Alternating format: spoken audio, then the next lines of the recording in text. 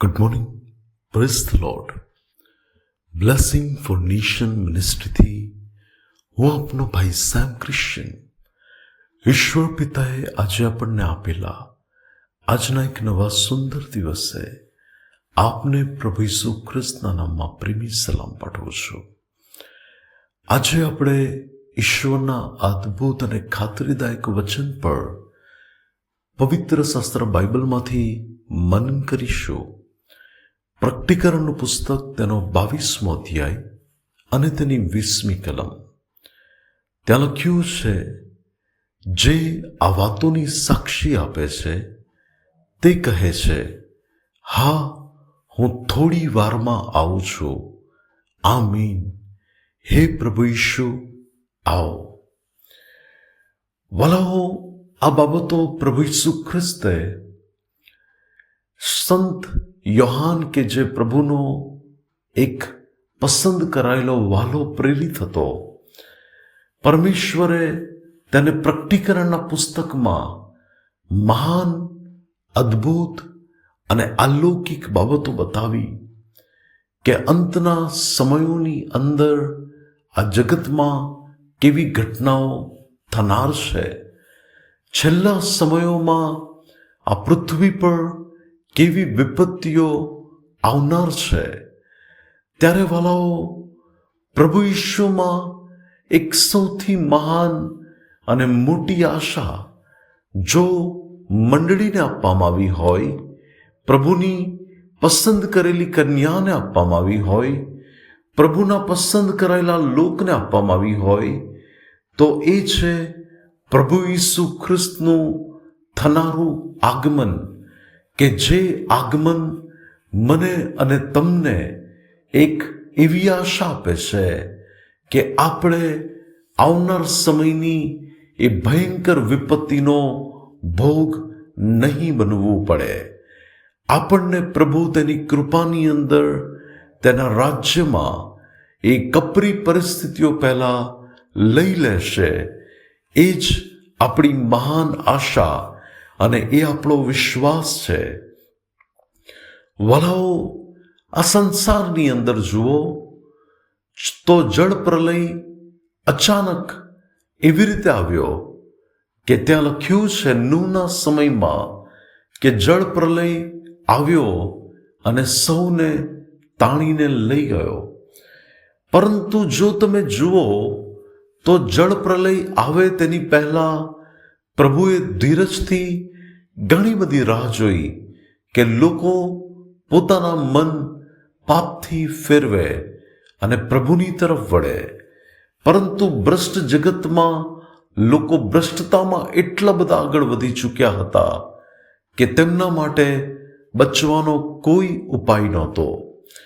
અને વાલાઓ, ફરીથી એક સમય કે જ્યાં આખી દુનિયા ભ્રષ્ટ થઈ ગઈ અને એ ભ્રષ્ટ જગતની અંદર પ્રભુ ઈસુ ખ્રિસ્ત આવ્યા ઉદ્ધારની એક મહાન યોજનાની સાથે, કે જ્યાં તે માનવ જાતિના ઉદ્ધાર માટે ક્રૂસ પર પોતાનું બલિદાન આપે, પોતાનું નિષ્કલંક અને પવિત્ર લોહી વહેવડાવે, માનવ જાતિને તે પાપની માફી આપીને તેને સ્વર્ગના રાજ્યનો વારસ બનાવી શકે.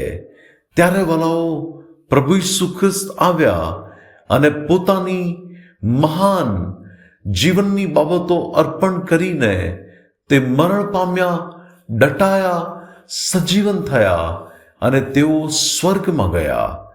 ત્યારે પણ વાલાઓ, સ્વર્ગારોહણની એ ઘટનામાં ત્યાં બે દૂતોએ એ જૈતુન પહાડ પર ઉભેલા લોકોને એવું કહ્યું કે જે ઈસુને તમે જતા જુઓ છો, એ ઈસુ આ જ રીતે પાછા આવશે.